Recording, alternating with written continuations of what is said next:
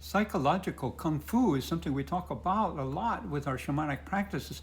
There's a part of it that's almost synonymous with the shamans we call the art of stalking. Stalking, not like a weird creepy guy staring in the window, but like a master hunter seeking its prey, and our prey is our parasite or our dreams, looking for something that's hard to find.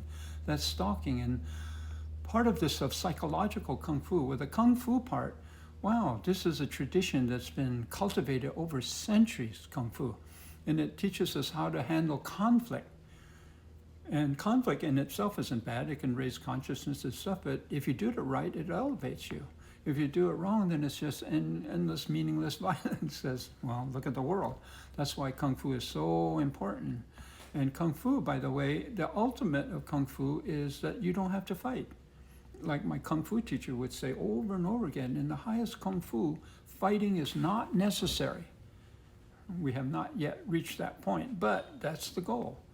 And so that's the Kung Fu part. And the psychological part is because nowadays for our day-to-day life, we're not like, old times where half the people are professional warriors and fighting that way. No, most of our conflict is psychological. Handling mates, business partners, business cohorts, making agreements that way. It's a psychological game. And then, of course, there's conflict that comes up from that. But now with psychological Kung Fu, it gives you a lot of tools on how to handle it the best. So, for example, staying centered. You can advance, you can retreat. It tells you when to advance, when to retreat. And when you're not centered, retreat until you are centered. Then you can see things clearly. Or not falling for sucker punches, people's opinions, media pressure, etc. Know who you are from within out.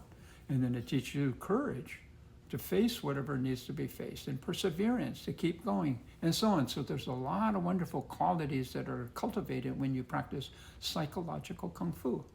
So that's something we practice too. So take it to heart. It's a wonderful series of disciplines and practices and strategies to get what you want without having to fight. In the highest Kung Fu, fighting will not be necessary.